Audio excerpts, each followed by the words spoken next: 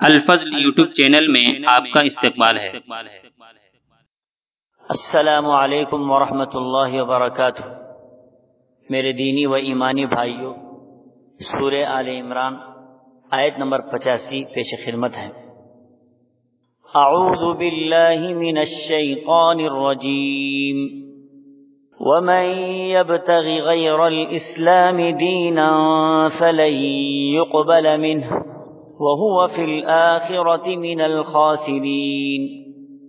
اور جو شخص اسلام کے علاوہ کوئی اور طریقہ اختیار کرنا چاہے اس کا وہ طریقہ ہرگز قبول نہ کیا جائے گا اور آخرت میں وہ ناکام و نامراد رہے گا۔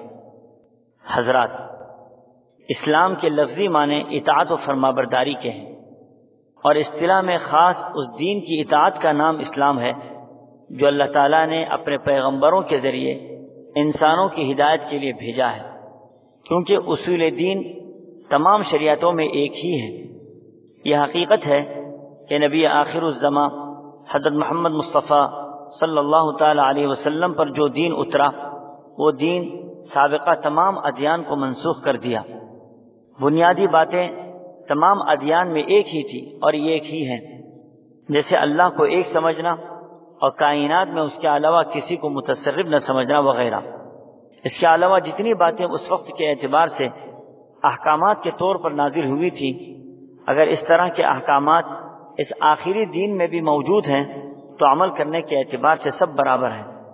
سابقہ ادیان کے احکامات اگر اس آخری دین کے احکامات سے ٹکراتے ہوں تو اس پر ہرگز عمل نہ کیا جائے گا۔ اسی کی طرف اشارہ کرتے ہوئے فرمایا، اب اصل دین دین اسلام ہے، اس کے علاوہ جتنے بھی ادیان ہیں وہ منسوخ ہو چکے ہیں۔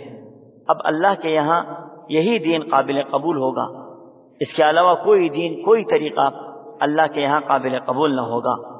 دوسرے دین پر عمل کرنے والا شخص آخرت میں ناکام و نامراد ہوگا۔